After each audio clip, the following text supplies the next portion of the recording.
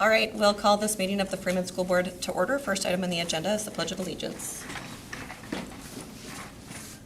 I pledge allegiance to the flag of the United States of America and to the republic for which it stands, one nation, under God, indivisible, with liberty and justice for all. Roll call. Emily. David is gone.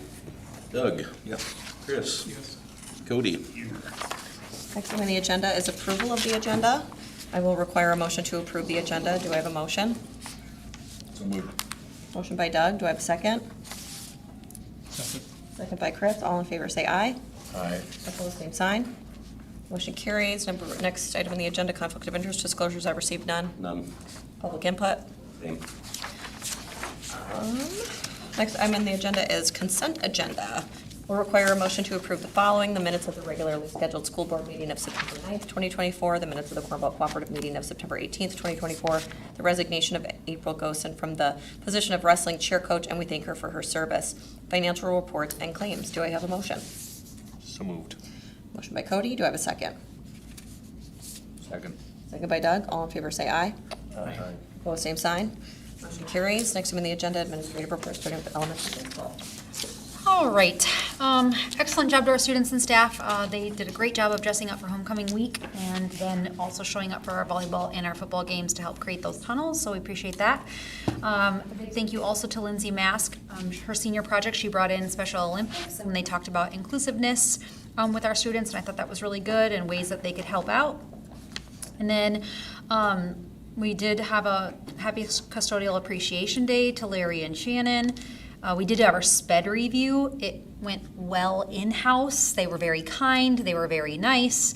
But we will get the real report in 6 weeks after they go through it. So, I mean, nevertheless, it's all about learning. And so if there's something we didn't do correctly, we'll correct it, and then we have to show those corrections. And so we'll wait for that report to come back. I put the updated numbers on the back of here. We had 2 students come in, 1 student go out since last time, and I don't think I calculated it right last time, so it is right now. I made sure I even looked at the numbers on campus, so that's what that looked like at the end of our count date.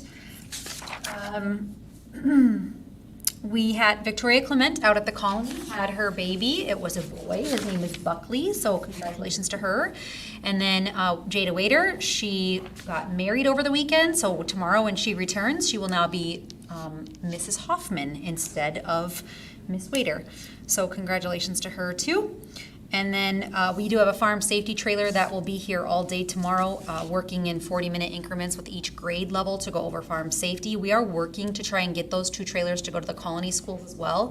It's very important for them, but trying to bring them in 40-minute increments, it just didn't seem like it was going to work out very well. So they would really kind of like to have the trailers go out to the Colony because they could do a community thing. So we're working on that, and we'll see where that leads us. But hopefully we can get that to work for both of them. And then book fair started, so that is Peyton McCune's project. The farm safety trailer is Justice Milhoff's senior project. And then the book fair is Peyton's project, so we're working on that this week, and it's great. It looks fantastic in the library, so if you get a chance, make sure to walk by there. It's fun. So we'll be working on that. Awesome. Thank you. High school principal administrative report. Okay, so again, like Katie said, there was great participation in the homecoming activities this year. I thought the kids, staff did really well.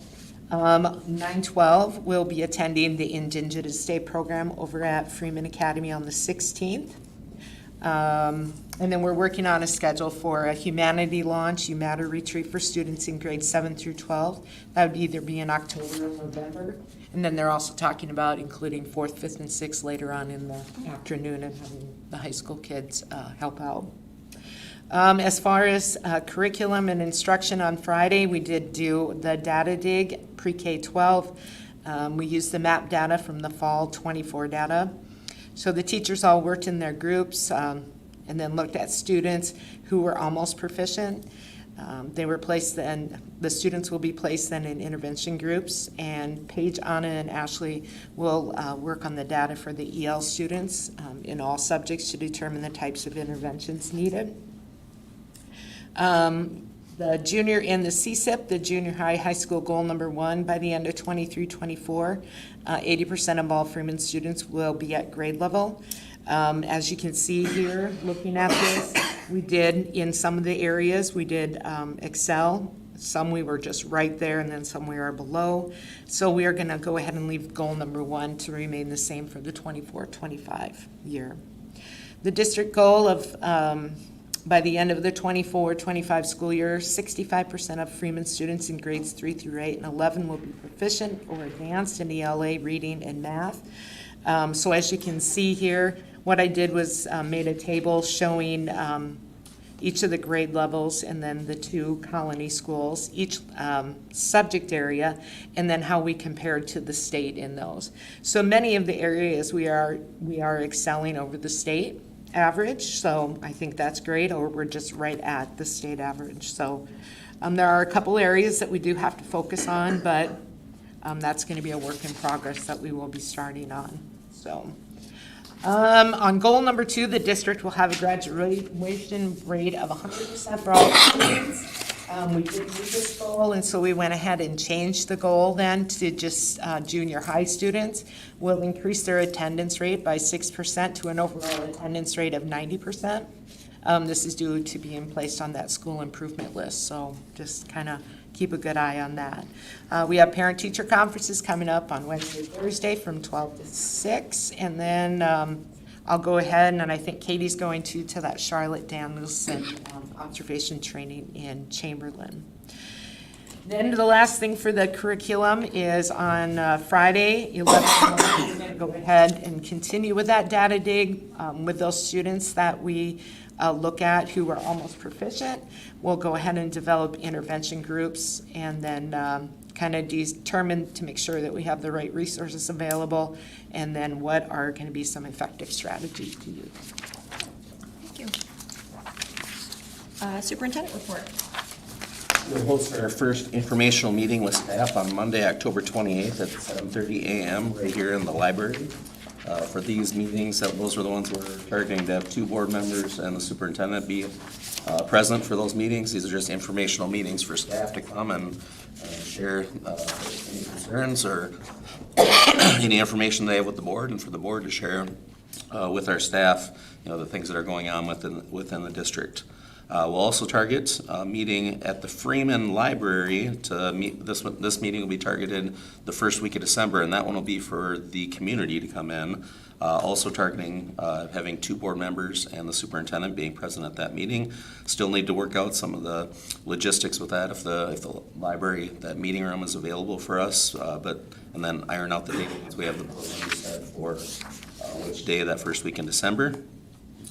The last piece of, the final piece of that, if you have interest in being the second board member outside of Emily, part of either one of those meetings, please reach out to her. The last piece of equipment came for the shop today. That was a sanding downdraft table. They were waiting on a part for that one. They're waiting to receive it before they could complete it and ship it. So that is now here, and that project is now complete. The new desks and chairs for the ag classroom have arrived. It looks really nice in there. The setup is pretty awesome. Melinda's done a great job of arranging that classroom, and so we now have all the equipment and the desks and chairs for that environment. So stop in and check out both those areas. They both look pretty impressive. Purple Wave auction is over, so most of those items have been picked up. I think there's still 1 welder and a pile of equipment that had just a number of items that were just kind of bundled together that needs to be picked up yet, but everything else is gone. And I think that's it. I got 2 other items, but those will be included in the facilities and grounds report. That's all I have. Awesome. Thank you. Next item on the agenda is unfinished business. There's none. Next item, new business. The school board will review the Freeman Continuous School Improvement Plan for the 2024-2025 school year. So I included the continuous school improvement plan in your packet. This was something we originally last year, and we made adjustments to this year, and looked at our data from last year, and we'll let the principals talk about the goals for each of the sites, and Gary talked about the district goals. But as we walk through there, a lot of the information that we had last year for just identifying the district and what our district curriculum instruction, highlights for different areas that we have within our district. And then you get to the, on page 5, the district demographics. Down at the bottom, you can see for 2024, we're not at the official child count date.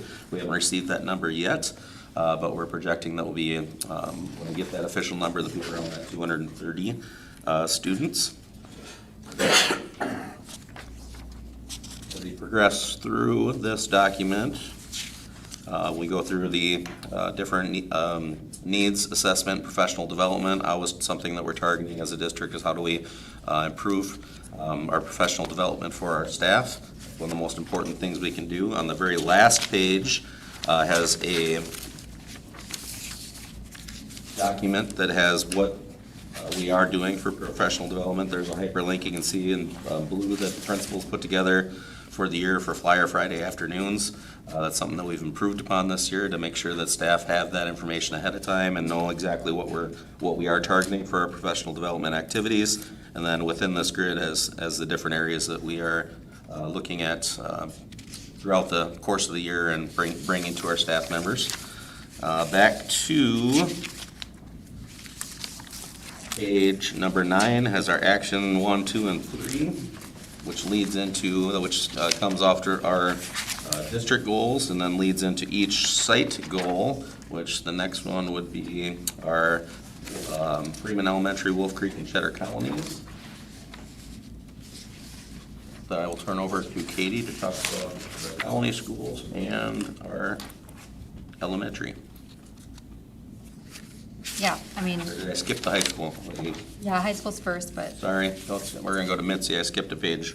Page 9 is junior, senior high school, so Mitzi goes first. Oh, these are the ones that I just went ahead and read. Okay. Yep, sorry. Oh, I should say though, for the projected growth norms on this as far, we left everything the same. We didn't do any changing, like how much growth we would see, so. Anything to add with action steps or outcomes, projected outcomes? Predicted outcomes? Good, okay. Moving on then to Colony and elementary. for our elementary, we kept our points, the targeted points the same for those particular grade levels. It's about the average number of points of growth you want to see. And then as they progress and get older, those points, they're not gaining as much growth every year, that comes from just the normative data from NWEA. The one thing that we changed on the elementary goal, I believe our goal last year was like 95% or something. And the problem with that goal is that if you have a class of 24 and 1 or 2 students aren't meeting requirement, you can't meet the goal. So it was almost an impossible goal to meet to begin with when we know that we're going to have students who aren't always going to be at grade level. And so we did move that back to 90% for that. And then for the district goal, that attendance, so before when we had 100% graduation rate, the reason why we changed that is because in this particular school year, if you have students who are graduating with certificates of completion, they are not considered a graduate. And so therefore, we do for sure have 2 students that will be that way, and we could never meet the 100% because of that. So we changed that to match our targeted school improvement plan instead.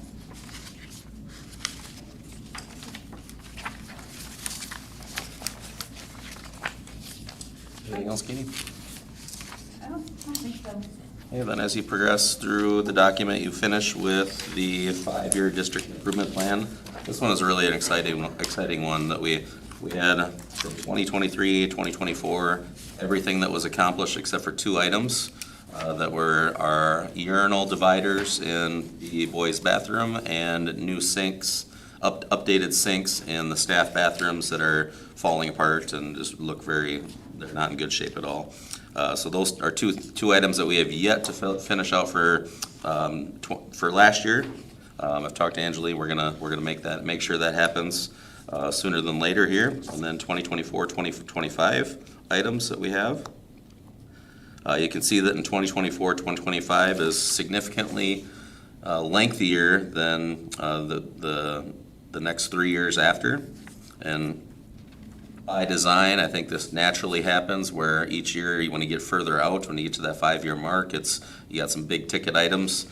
Some of those big ticket items may not last to 27, 28 when you talk about the resurfacing of the track.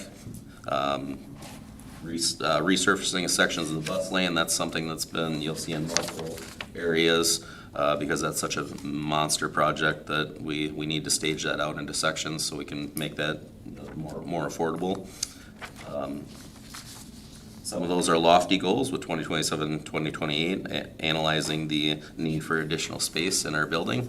That all depends on enrollment and our projections. When we look at the last 5 years of data, our growth it shows that we have continuous growth. It has slowed down significantly since the 2021 when we had that 44 student growth in our enrollment, which was an exceptional year. But the reality is we are at that 8 to 10 students per year, which is very comfortable growth, but it still is growth. And eventually, with that growth, if it continues, the facts are we are gonna run out of room. We've done a very nice job of adding sections and filling the space that we have at the elementary. That's been, appreciate the board being progressive-minded on that and adding sections so we can keep those class sizes down. We've done a nice job at the high school of adding elective classes for our students and also splitting our core classes so we can draw those class sizes down for some of our bigger sections at the high school as well. But fun to see that 5-year plan, and that's a working, breathing document, so there'll be things that'll come up. We have talked as a Facilities and Grounds Committee, items that need to be bumped up a little sooner on that list than what they appear right now. So as a whole, we had a total of, I think it was 6 people that were David was a school board member representative, and the rest were administration and teachers that were part of the committee that got together, and principals did a nice job of looking at the data, and so did Chris Sweeter was part of that meeting as well, as counselor and representative, and was very pleased with the information that the committee put together and set for our goals for this next year. Awesome. That's great. Next item on the agenda, the school board will review the following policies: the criminal background checks and the criminal background checks non-criminal justice applicants' privacy rights. So we have a process for criminal background checks. Legally, every employee has to have a background check, so it's not that hasn't been happening, it's just we haven't had a policy adopted for that process. So that would be the area that we can improve upon for the district. We have a audit that's coming up in the 1st of November on background checks. So every file of our personnel has a background check in it, but one of the things they're going to look at would be policy as well. So this is both of these were taken directly from the ASBSD website for the model policy that they recommend districts adopt and are up for approval today. So it's just getting a policy to match our current practice, not changing that practice at all right now. Right. Is there any questions or discussion on either of these 2 policies? Seems pretty straightforward.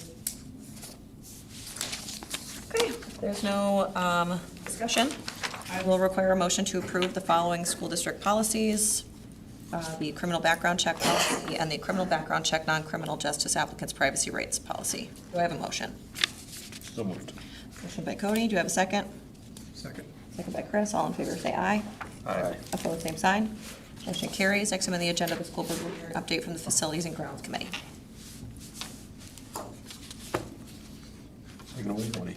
Yeah, we went and looked at the stadium, see how we can better accommodate custodial staff, and getting a heater put in over there. It appeared that there was adequate electrical over there, just have to have Sorensen come over and put together what is necessary. That should be able to keep all their equipment that would normally sit outside since we're using the shop, at least from freezing. Okay. I mean, it's not gonna be 80 degrees in there, but it'll be probably 50.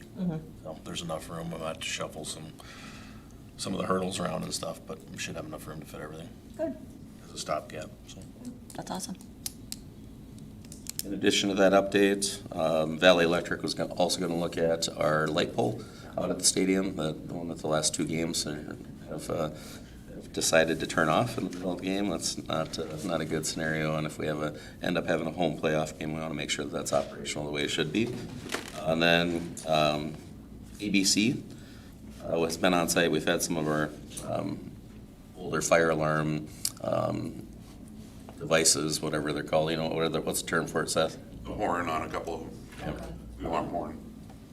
Seth's been kind of leading the way on that one. You got any information that you'd like to share on that one? Have they made any progress?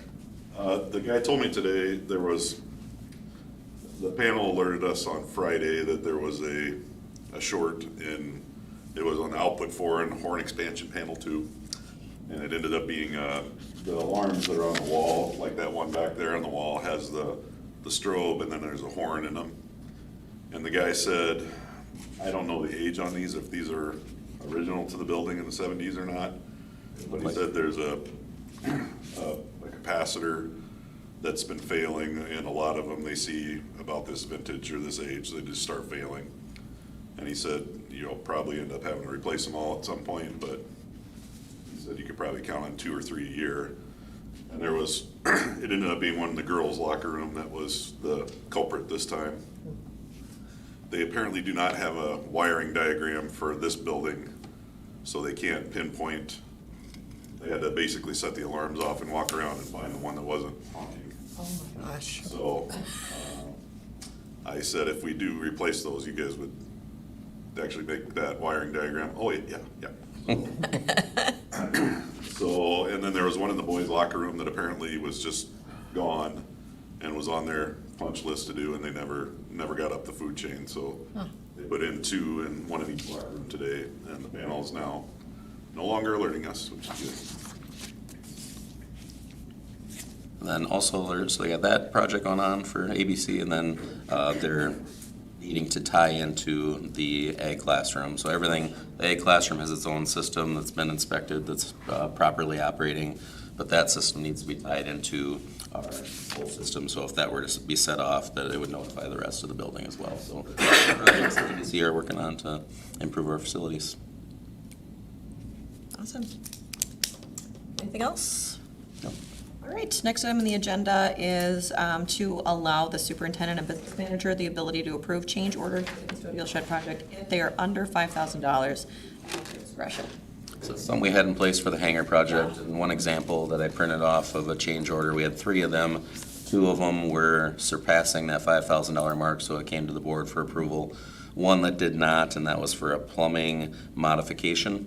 The total dollar amount of that was $1,625.37. So it seems, the bigger ticket items that are the, 20, 30,000, or even just over $5,000 for that matter, makes sense to wait a month and talk about them if we want to make those changes. But when you're talking construction projects, there's little things that come up too that it doesn't make any sense to stall out the project for a less than $2,000 item that can just be a decision that hey, that product's no longer available, let's go with this product instead, and it helps keep the project going at a faster pace. It doesn't have to be $5,000, it can be whatever the board decides to set, but my recommendation would be that we have something in place to keep that project moving. Thoughts from our facilities and grounds folks? I'm comfortable with it. I trust your discretion to make those kind of decisions, so. That seems pretty standard. Pretty common, and they work on the hangar, so. Yeah. And both of us have to be in agreement, then that's the change order. I guess as long as that entry is on a change order log for every meeting. So Right, yeah, that's a good going on. point. Fine with it. Any further discussion? If there's no further discussion, I'll require a motion to allow the superintendent and business manager the ability to approve change orders for the custodial shed project if they are under $5,000 at their discretion. Do I have a motion? So moved. Doug, do I have a second? Second. Second by Cody, all in favor, say aye. Opposed, same sign. Aye. Motion carries. Next item on the agenda is adjournment. We'll require a motion to adjourn the regularly scheduled October 7th, 2024 Board of Education meeting at 7:25 PM. Do I have a motion? So moved. Motion by Cody, do I have a second? Second by Chris, all in favor say aye. Opposed, same sign. Motion carries. Next, Freeman School Board meeting is scheduled for Tuesday. Yeah, it should be Tuesday, because Monday is November 11th, which is Veterans Day. So, a school holiday. So everybody that's not a veteran's gonna go to work, Right. and the veterans are gonna take the day off. Tuesday, November 12th, 2024, at 7 PM. Thanks, everybody. November already. No, I can't even. We still have all of October.